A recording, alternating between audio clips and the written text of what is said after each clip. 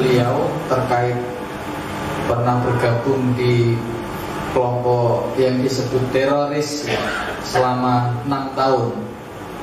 Ya, kami persilahkan saja. Silakan.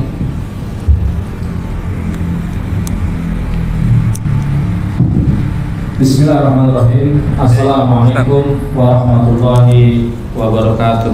Waalaikumsalam warahmatullahi wabarakatuh. Innal hamdalillahi nahmaduhu wa nasta'inuhu wa nastaghfiruh wa na'udzu billahi min shururi anfusina wa min sayyiati a'malina.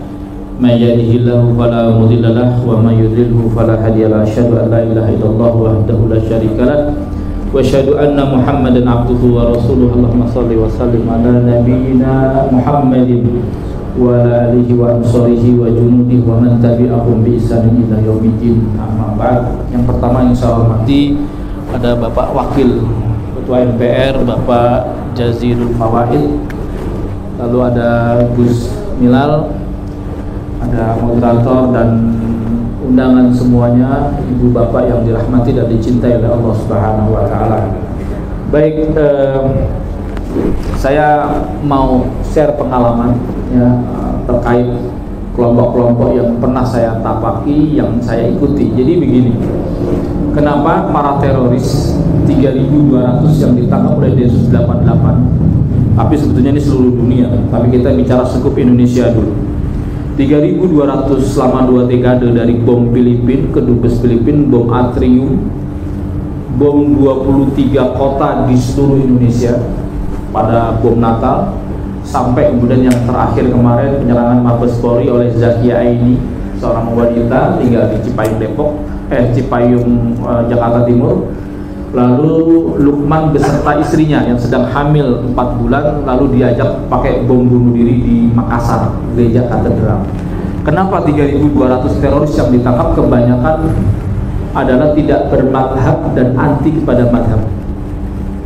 Ada yang tidak bermadhab tapi dia tidak anti madhab ya. Tapi ini anti kepada madhab. Mereka adalah kelompok-kelompok yang jargonnya ingin kembali kepada Quran dan As-Sunnah. Kelihatannya keren, kembali kepada Quran dan As-Sunnah. Tetapi siapa yang sebetulnya bisa kembali kepada Quran dan As-Sunnah? Apakah orang-orang yang nggak pernah ngaji urut dan runut, tidak pernah keluar dari pondok pesantren dalam waktu yang lama, belajar usul fikih dari matan waraqat sampai syarahnya, sampai Jamul Jawami, Lubul Usul dan lain sebagainya, kemudian dia berfatwa, terpaku pada satu pendapat lalu menafikan pendapat-pendapat yang lain, menaikkan bendera wala wal bara, loyalitas anti loyalitas kepada para mukhalifnya. Apakah bisa? Tidak bisa, tidak semudah itu. Tetapi 3.200 kelompok-kelompok teror itu kebanyakan berasal dari madrasah-madrasah ini. Ustaz, emang kita nggak boleh kembali kepada Quran Sunnah? Siapa bilang nggak boleh? Wajib hukumnya kembali kepada Quran dan As-Sunnah, karena ini wasiat daripada Rasulullah. Rasulullah bersabda, "Ma taraktu fikum amrayni ma tamassaktum bihima lan tadilu abada kitaballah wa sunnatur rasul." Tidaklah aku tinggalkan kepada kalian 2 perkara yang mana kalian tidak akan pernah sesat selama-lamanya, selama kita berpegang kepada Al-Quran dan As-Sunnah. Nah, masalahnya muncul kelompok-kelompok hijrah ya, tanpa guru yang baik, tanpa guru yang bijak ya. Dia nggak pernah mondok, nggak pernah belajar Islam secara serius, terpaku pada satu pendapat lalu menafikan pendapat-pendapat yang lain. Maka ini bahaya ya, kelompok-kelompok hijrah ya, sementara mereka suka menaikkan bendera permusuhan, kebencian kepada orang-orang di luar kelompok dia. Ada istilahnya dalam, ini kutipan dari Sufyan bin Uyainah atau dari Ibnu Hajar Al-Haytami yang mengatakan, al-haditsu mudillatun illa lil fuqaha.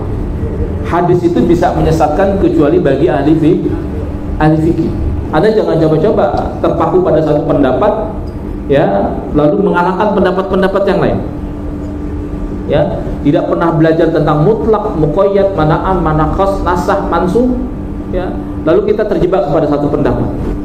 Ada istilahnya kalau kata Abdullah bin Wahab, ya, bukan Muhammad bin Abdul Wahab, tapi Abdullah bin Wahab, seorang tabi'in yang mengatakan, laula Malik wa Lais la halaktu. Kalau karena bukan Imam Lais dan Imam Malik, sungguh aku telah celaka. La halaktu. Kenapa? Kuntu azunnu ma ja'a Nabi Muhammad sallallahu alaihi wasallam ya'malu. Karena aku mengira setiap apa yang datang dari Nabi Muhammad itu bisa diamalkan begitu saja. Salah satu contoh misalnya ada sebuah hadis yang mengatakan ma asfala minal ka'bain minal idari fafina. Apa yang di bawah mata kakimu dari kain sarungmu, maka fafinar, maka pelakunya ada di neraka. Dari hadis ini bersifat mutlak. Dari hadis ini banyak saudara-saudara kita di kubu sana bikin komunitas namanya celana cungkrang. Karena apa? Sampai bikin meme banner ada neraka di bawah mata kaki. Karena ketakutan, Pak, ya. Terus sementara ada hadis lain yang berbunyi misalnya manjar thawbahu khuyala'a lam yandarillahi ilaihi yaumal qiyamah. Apa yang di bawah mata kakimu khuyala'a, karena sombong, maka Allah Subhanahu wa taala tidak akan melihatnya secara rahmat di hari kiamat. Nah, bagaimana kemudian ulama melihatnya ini? Jadi ada buku disertasi doktor yang dikarang oleh Muhammad Al-Amiri yang mengatakan Al-Manhaj Al-Imam Ibnu Hajar As-Asqalani fi Tawil Al-Hadits Al-Mukhtalifah. Jadi bagaimana manhaj atau metodologi Imam Ibnu Hajar As-Asqalani di dalam melihat hadis-hadis yang kelihatannya kontradiktif. Kata beliau adalah hadis yang secara mutlak tadi, ma'asfala minal ka'bain minal izari, dia harus diikutkan dengan hadis yang mempunyai ilatnya. Ilatnya namanya ilat mansusah. Artinya apa? Artinya tidak mengapa, ya, di bawah mata kaki, ya, asal dia tidak sombong. Dan ini percis apa yang disemangati oleh Al-Quran yang mengatakan wala yamshi fil ardi marah. Janganlah kamu berjalan di muka bumi ini karena sombong. Dan stressing di sini, ya, itu bukan di bawah atau di atas mata kaki di Al-Quran itu. Artinya clear, Pak. Jadi nggak masalah gitu di atas maupun di bawah mata kaki asal dia tidak sombong. Tetapi kita lihat, Pak, banyak di kawan-kawan kita itu nggak mau jadi makmum kepada orang yang celananya masih isbal, masih di bawah mata kaki. Gimana kita mau ambil ilmunya terhadap masalah sunnah saja dia tidak mau ikut kepada Nabi. Padahal hadis ini ternyata manjara thawbahu khuyala ada sambungannya. Jadi Abu Bakar As-Siddiq radhiyallahu anhu bertanya kepada ya Rasulullah, sebetulnya celanaku itu suka kedodoran, suka turun di bawah mata kaki. Apa kata Rasul? Lasta mimman yasna'uhu atau la tasna'uhu khuyala. Engkau ya Abu Bakar sebetulnya bukan termasuk orang-orang yang berbuat sombong. Sampai di sini masalahnya clear, Pak. Yang nggak boleh adalah memasang bendera kebencian kepada orang-orang di luar daripada kelompok kita. Ini satu contoh. Ada dua contoh lagi, misalnya Imam Syafi'i itu bertanya kepada Imam Ahmad, ma ra'aytum man tarku shalah muta'ammidan. Ya Imam Ahmad, apa pendapatmu orang yang meninggalkan sholat secara sengaja? Fi zahirna atau fil asar, man tarku shalah muta'ammidan fahuwa kafir. Orang yang meninggalkan sholat secara sengaja maka hukumnya kafir. Lalu ditanya oleh Imam Syafi'i, bagaimana taubatnya orang yang meninggalkan sholat tadi? Taubatnya adalah dia sholat lagi. Kata Imam Syafi'i, kan udah jatuh kafir. Bagaimana orang kafir sholat? Lalu diamlah Imam Ahmad. Saya mendengarkan cerita ini dari Gus Baha. Ya, saya ceritakan dari Gus Baha. Bagaimana orang kafir sholat? Lalu diamlah Imam Ahmad. Kata Imam Syafi'i, orang yang meninggalkan sholat, ya, secara sengaja itu ada dua kedudukan, ada dua model. Pertama, kata beliau, orang yang menolak syariat, sholat secara juhud, secara menantang. Nah, ini dihukumi kafir. Padahal sholat merupakan perkara yang sifatnya maklum minadid bidaruh, perkara yang sudah maklum. Orang yang nggak sholat aja tahu kalau sholat itu adalah kewajiban. Nah, yang menentang bahwa sholat itu bukan perintah, bahkan dia tidak mau sholat, menantang-nantang, maka ini dihukumi kafir. Adapun orang yang mutaakhir, ini pendapat yang kedua, yang sering terlambat, dia tidak sholat, kesibukannya mengalahkan daripada kewajiban dia, maka hal ini tidak disebut kafir. Coba kita bayangkan kalau seandainya kita terjebak kepada pada tekstual, maka betul apa yang dikatakan oleh Syekh Yusuf Qaradawi dalam bukunya yang berjudul Fiqhul Maqasid. Beliau mengatakan bahwa biang daripada ekstremisme, terorisme itu adalah literasi beragama, yaitu orang yang tekstualis. Mereka kelihatannya pejuang Islam, mereka kelihatannya pejuang sunnah, karena mereka mengabaikan yang namanya substansi dari dan ruh sunnah itu, maka mereka jadi ekstrim, Pak. Maka kata Yusuf Qaradawi, terkadang Islam itu terzalimi oleh orang-orang soleh daripada musuh-musuh Islam itu sendiri. Saya ulangi lagi, terkadang Islam itu terzalimi oleh orang-orang soleh daripada musuh-musuh Islam itu sendiri, Pak. Kenapa? Karena tekstualis. Dia menghilangkan ruh dan substansi daripada ajaran Islam itu sendiri. Dan dalam banyak hal seperti itu. Makanya menjadi penting buat kita adalah memilih guru dan memilih pondok anak-anak kita, Pak. Jangan sampai kemudian semangat keislaman kita, kecintaan kita kepada Nabi kita, kemudian membuat kita jadi hilang intoleransi kita, tasamuh kita kepada perbedaan-perbedaan. Karena kebanyakan, Pak, seorang ujuk-ujuk itu nggak langsung melakukan aksi-aksi terorisme, aksi-aksi pemboman, penembakan dan sebagainya, itu sebelum dia punya yang namanya paham-paham intoleransi dulu. Jadi seorang teroris sudah pasti intoleransi dan sudah pasti dia radikal. Tetapi seorang intoleransi dan radikal, dia belum tentu jadi teroris. Tetapi 3.200 teroris yang ada di Indonesia itu berasal dari madrasah-madrasah ini, yang selalu memasang bendera-bendera kebencian kepada orang-orang di luar daripada kelompoknya. Dan ini pemahaman-pemahaman yang memang banyak hingga, Pak. Tadi betul apa yang dikatakan, ya. Sekarang ini ya fenomena hijrah, ya, yang baru ikut sejam 2 jam pesantren kilat, sehari 2 hari atau seminggu 2 minggu, keluar dia belagak menjadi mufti, Pak. Hanya banyak ini, ya, itu kita ngeri, Pak. Dan itu kebanyakan berasal dari dakwatun najdiyah, harakatun najd, atau biasa disebut sebagai kelompok-kelompok Wahabi, Pak. Dan ini terjadi, Pak, hampir di seluruh dunia itu berasal dari, dan kami ini alumni-alumninya, dan takfir, membangun akwal-akwal yang takfir.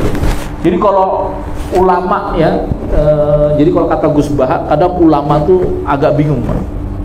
Kenapa? Karena banyak referensi. Ketika ditanya dalam perkara-perkara yang banyak dibangun istihad, dia akan mengatakan aqwalu fihi. Di dalamnya terdapat beberapa pendapat-pendapat.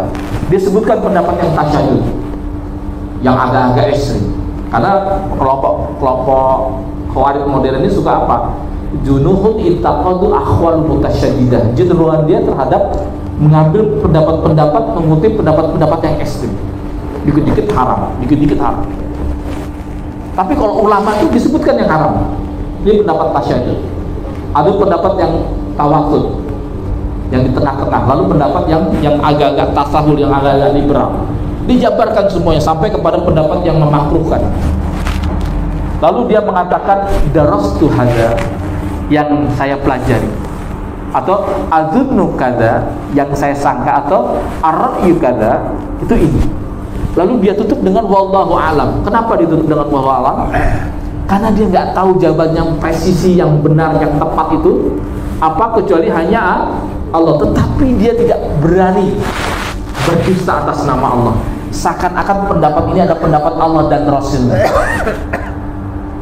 Kan kelompok-kelompok ini kebanyakan mengatakan, wah ini adalah pendapat Allah dan Rasulnya. Dia berdusta, padahal Allah tidak menyebutkan masalah itu.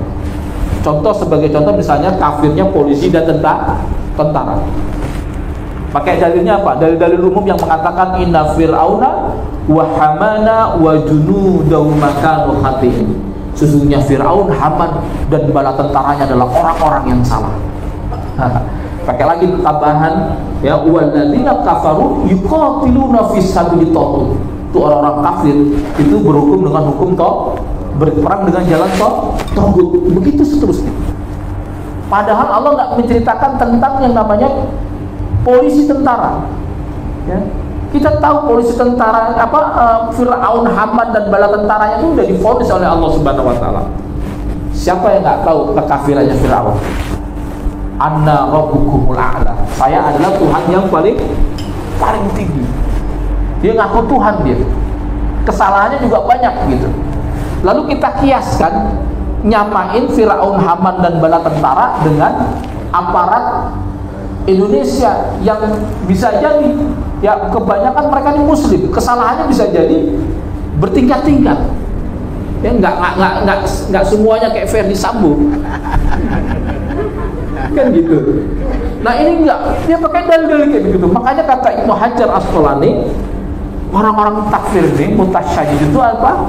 Kalau berdalil tuh kelihatannya ya, haitsu intalaqa ila ayatin nazala fil kafirin wa ja'aluha fil muslimin. Mereka suka mengutip, yang mengcopy paste ayat-ayat yang kitabnya buat orang-orang kafir, tapi di copy paste dia timpahkan kepada kaum muslimin, Pak. Itu begitu selalu berdalilnya. Memang berdalilnya kalau buat newbie, Pak, orang yang baru hijrah, yang nggak pernah belajar Islam, tiba-tiba melihat motif-motif kayak begitu, apa nggak meleleh, Pak? Meleleh nggak? Meleleh, termehek-mehek dia, baperan langsung.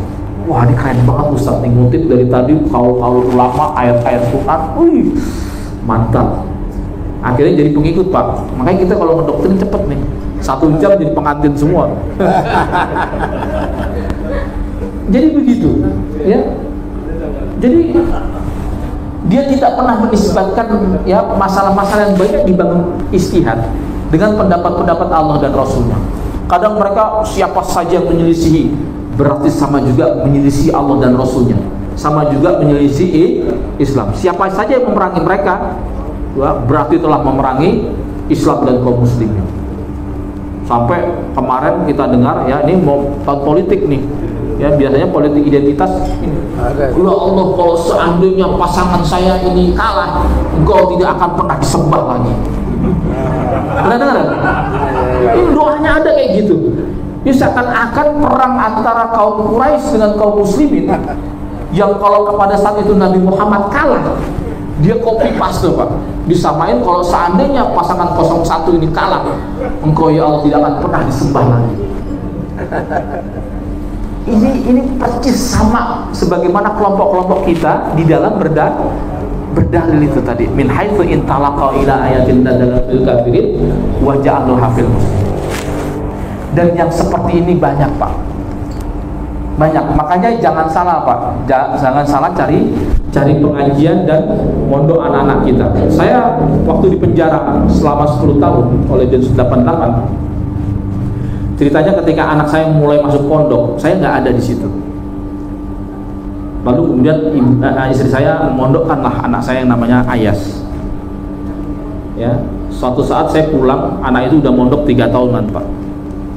Lalu saya coba talafut bin niat, ya, mengucapkan lafaz dengan niat. Usolli fardhu isya'i 4 raka'atin. Apa kata anak saya nyelentuk? Bi itu bid'ah tuh, Bi. Itu nggak ada contohnya, Bi. Wah, langsung saya berhenti, saya stop dulu sholat saya ajak ngobrol dia. Kamu jangan ucapkan akwal tadi, perkataan tadi, ya, bid'ah tadi, ya, di tengah-tengah masyarakat atau di masjid nanti. Nanti satu masjid gaduh. Kamu cari musuh Abi namanya, ya kan? Jangan sampai Abi baru keluar dari penjara punya masalah lagi. Saya bilang gitu. Sampai kemudian dia setelah mondok, Pak, setelah selesai mondok langsung saya pondokkan dia ke Liriboyo. Clearkan dulu, masih ada residu tabdiknya. Ini bahaya, Pak. Ya, adiknya juga kita masukin ke Liriboyo. Ya, biar ngopinya jauhan dikit, karena kebanyakan orang-orang ya ngopinya kurang jauh. Oh, ya. Ya, dia terpaku pada satu pendapat, karena orang ini bukan pondok pesantren yang akrab dengan pemikiran. Dia nggak siap di debat, taunya bisanya doktrin saja. Jadi ketika ada, jadi ustadz-ustadznya cuma yang benar ini, yang betul itu indoktrinasi itu begitu. Brainwash itu seperti itu. Ini kan bahaya. Tapi ketika pulang, itu anak saya tuh jadi ngerokok, Pak. Jadi habis makan dia ngelepus. Wah, uminya marah-marah. Itu anakmu tuh ngerokok, nggak apa-apa. Kalau masih ngerokok, dalil haramnya nggak kotli, saya bilang. Tapi kalau numpahin darah itu jauh lebih berbahaya daripada hanya ketimbang rokok. Kali ini saya diuji, Pak. Toleransi saya diuji oleh anak saya. Sampai sekarang saya diemin aja. Nah ini pelajaran yang sangat penting buat kita ya, untuk tidak salah dalam menyekolahkan anak-anak kita, dan juga jangan sampai salah cari guru kita yang menjadi mentor kita, pembimbing kita. Karena ini sangat bahaya ya. Bagaimana solusinya? Saya pernah baca di sebuah buku. Jadi solusinya ada namanya al-isma min fitnatin haula'i qaumin al-maftunin al-marikin. Bagaimana caranya agar kita mencegah ya, terlindungi daripada fitnah, daripada kelompok-kelompok pengkapi kebenaran ini. Pertama, kata beliau Syekh Atiyazullah Alibi pernah mengatakan, yang pertama adalah at-tamassaku bil imani jumali, yaitu berpegang teguh kepada keimanan yang global. Udah deh ya, perdebatan dan sebagainya ya terkait tentang, kita lihat nih, anak nggak pernah mondok ya, nggak pernah mondok pesantren, nggak pernah belajar nahu sorok, tapi pada soto-sotoy banget, Pak, di sosmed ya, yang kemudian ulama aja menghindari ya, bab-bab yang sifatnya itu safkut dima ya, yang berpotensi tertumpahnya darah ya. Di tahun 2011-2012 itu kita lihat perdebatan di Facebook, Pak, kelompok-kelompok ya. Jadi kelompok kita nih, kelompok-kelompok Asy'ariyah itu diklaim ya, divonis sebagai kelompok Jahmiyah. Ini ada 2017 di Masjid Sinai, itu ada masjid namanya Masjid Raudhah. Anda silakan searching di Google. Masjid Raudhah itu ada di Wikipedia peristiwanya. Jadi orang-orang ISIS itu ya menyerbu masjid yang dianggap ubadul kubur, Pak, dengan mengatakan apa? Wallahi hadhil mubarakah ghazwatul mubarakah qatlun salasatu mi'ah wa khamsin min syahawatu murtad wa ubadul kubur. Jadi orang jamaah sholat, Pak, lagi sholat Jumat ditembakin, dibom, 350 orang terbunuh.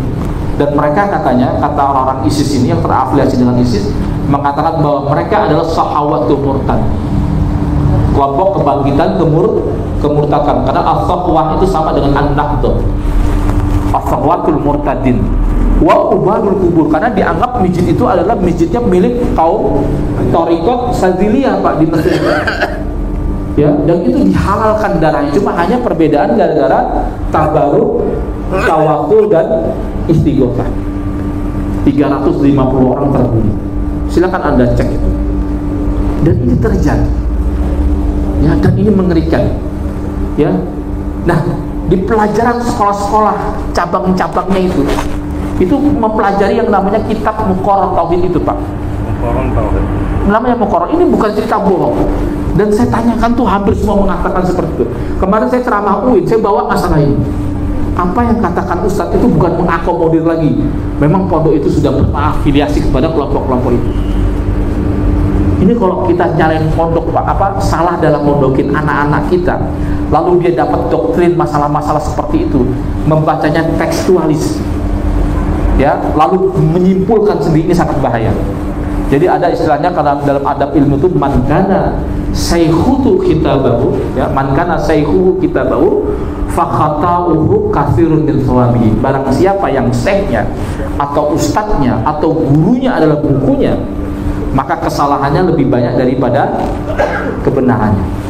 Saya nggak habis pikir kalau kemudian ya anak-anak murid itu atau gurunya mengajarkan sesuai teks yang ada di buku. Untuk itu jangan pernah salah dalam menyekolahkan anak-anak kita ya, jangan salah cari guru-guru kita ya, yang mana guru-guru kita tidak mencintai bangsa dan negara ini ya, dengan alasan ingin memperjuangkan Islam, memperjuangkan sunnah, tetapi kemudian mengibarkan bendera-bendera kebencian. Mungkin ini pengalaman saya, ya, masih ada pembicara yang lainnya, mudah-mudahan.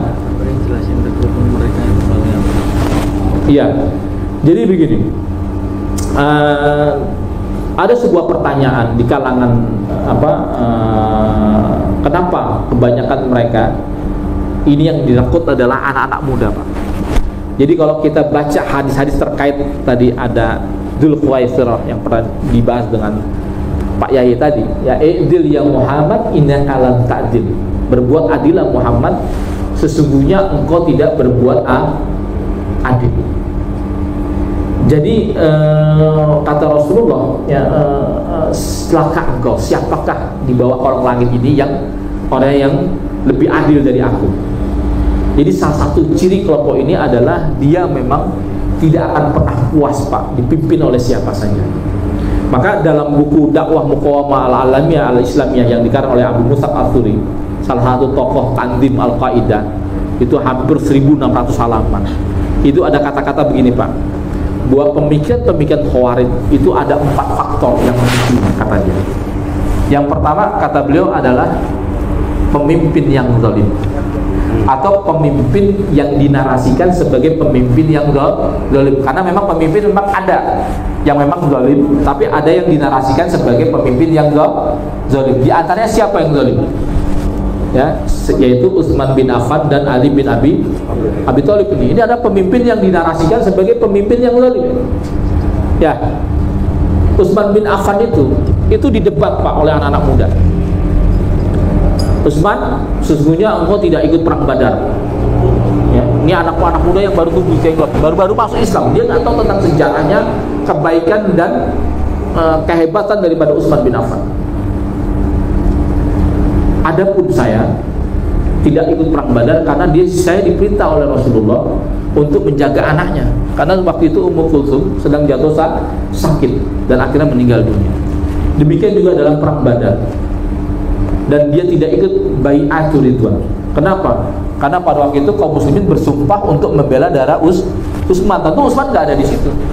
Adapun saya tidak menjamak sholat, ini didebat oleh anak muda. Wah, kamu juga tidak ikut sunnah. Karena Rasulullah ketika berada di Mekah, dia menjamak sholat. Saya tidak menjamak sholat karena menganggap bahwa Mekah ini adalah tempat saya mukim, tempat saya dilahirkan. Maka saya tidak perlu menjamak sholatnya. Maka kemudian ada dalam mazhab Syafi'i, batasan orang menjamak sholat itu dan batasan sampai kapan dia menjamak dan mengqadha sholat itu ada ketentuannya. Misalnya dalam mazhab Syafi'i itu lebih daripada 80 kilo maka dia boleh menjamak atau mengqadha sholat. Dan lebih daripada 3 hari maka dia disebut sebagai mukimin. Maka dia gugur, ya, rukhsah itu, ya. Nah, akhirnya ajaran ajaran hate speech dan ajaran penyebaran hoax ini begitu melanda di kalangan anak-anak muda ini sampai kemudian Utsman terbunuh.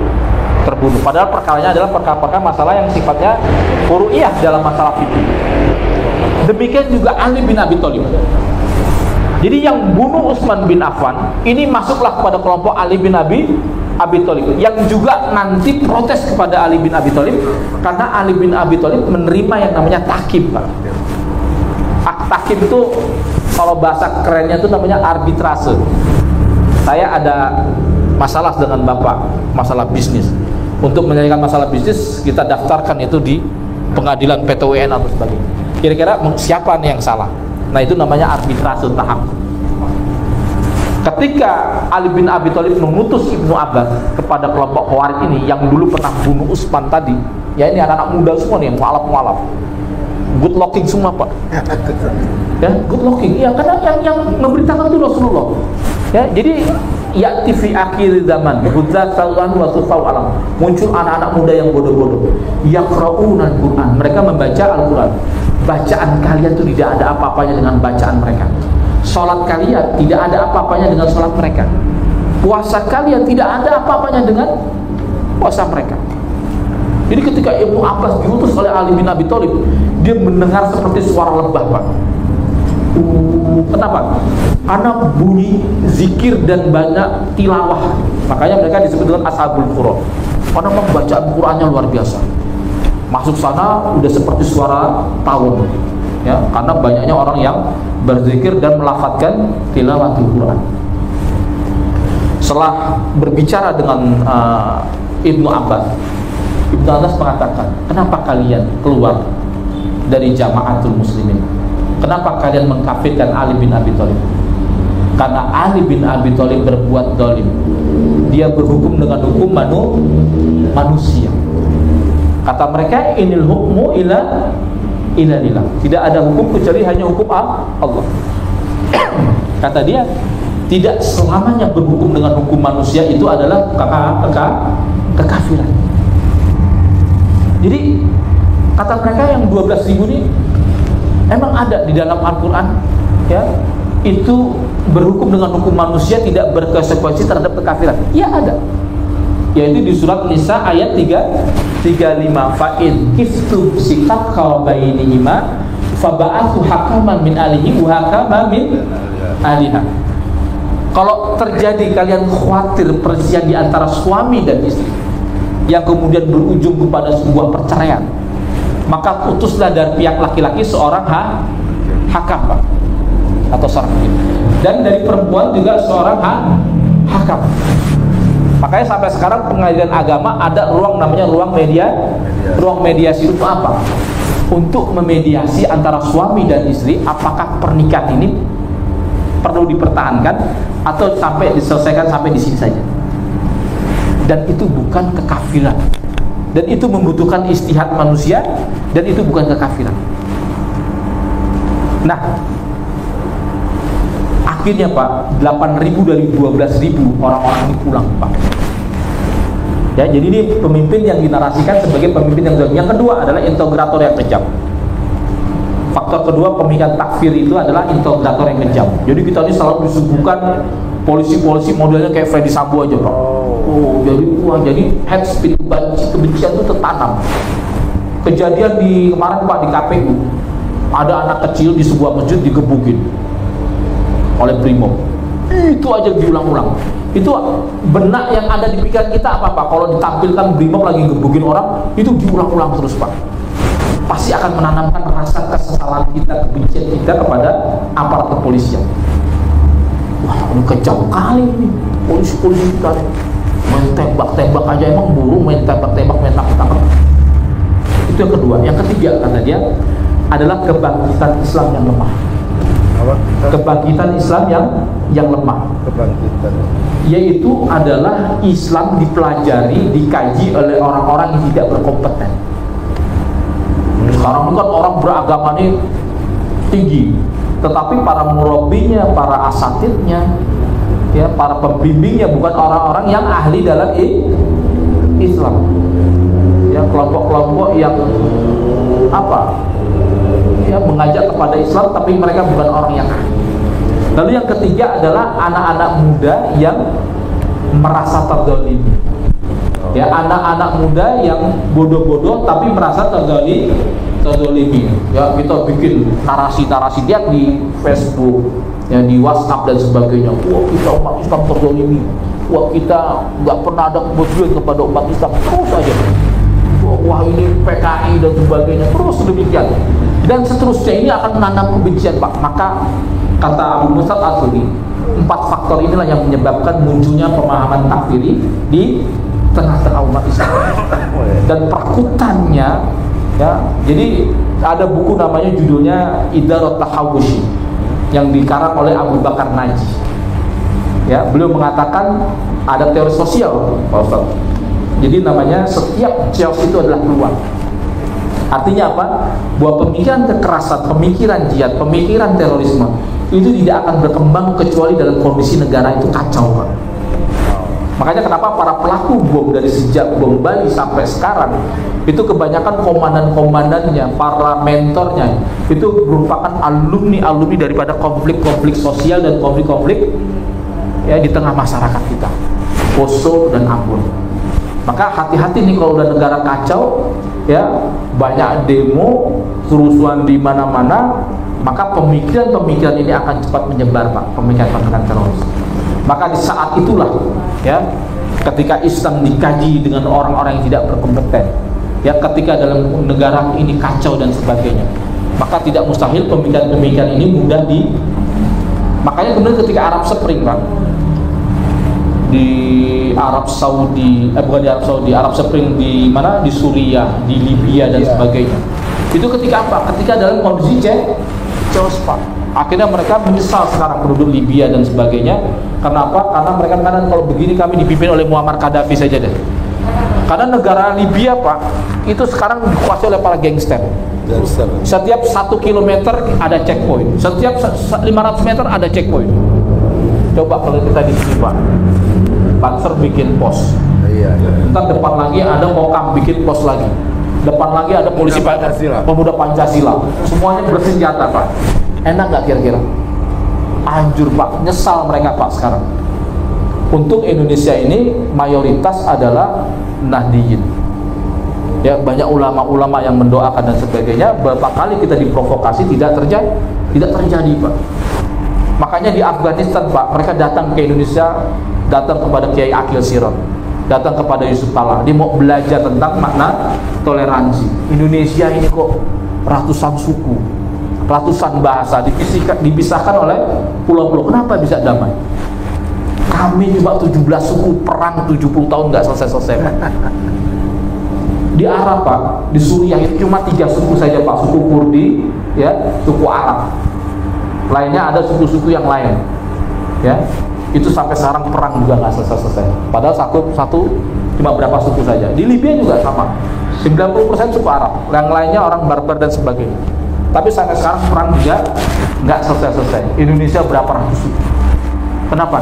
Karena ternyata kita yang melaksanakan yang namanya Mitsaqul Madinah atau Sahifatul Madinah, yaitu semacam piagam Madinah, Pak. Berupa yaitu Pancasila itu. Maka ini adalah modal utama bagi kita. Hati-hati buat para pemuda agar tidak mudah terkut, tidak mudah untuk terbuai terhadap janji-janji atau kelompok-kelompok yang kemudian kelihatannya menarik, mengutip daripada beberapa ayat-ayat Al-Quran. Seorang sosiolog, Ibnu Rusdi, pernah mengatakan, "Idza aradta an tatahakam bil jahil, inna kulla taklifi qulubatin bi khilafitin." Kalau Anda menginginkan menguasai orang-orang bodoh, maka bungkuslah setiap kebatilan itu dengan agama. Ya. Bungkuslah dengan agama. Kenapa? Karena agama ini inspirasi, agama ini sebuah kekuatan. Agamanya benar, Al-Quran dan Sunnahnya benar, tapi cara pentafsirannya yang membawa tidak mustahil adalah orang-orang yang mempunyai hidden agenda untuk memecah bangsa dan negara ini dengan mengutip-utip daripada Al-Quran, seakan-akan kebenaran itu ada pada kelompok mereka hanya karena mengutip daripada ayat-ayat Al-Quran. Mudah-mudahan pertemuan kita kali ini membawa semakin cakrawala kita tidak mudah untuk terbuai terhadap janji-janji dari kelompok-kelompok yang menginginkan, ya, bangsa dan negara ini hancur. Dan mudah-mudahan Indonesia menjadi negara yang baldatun thayyibatun wa rabbun ghafur, negara yang senantiasa dilindungi oleh Allah Subhanahu wa taala, negara yang sejahtera, aman, sentosa. Demikian dari saya, ila muwafiq ila aqwamit thoriq. Wassalamualaikum warahmatullahi wabarakatuh. Waalaikumsalam.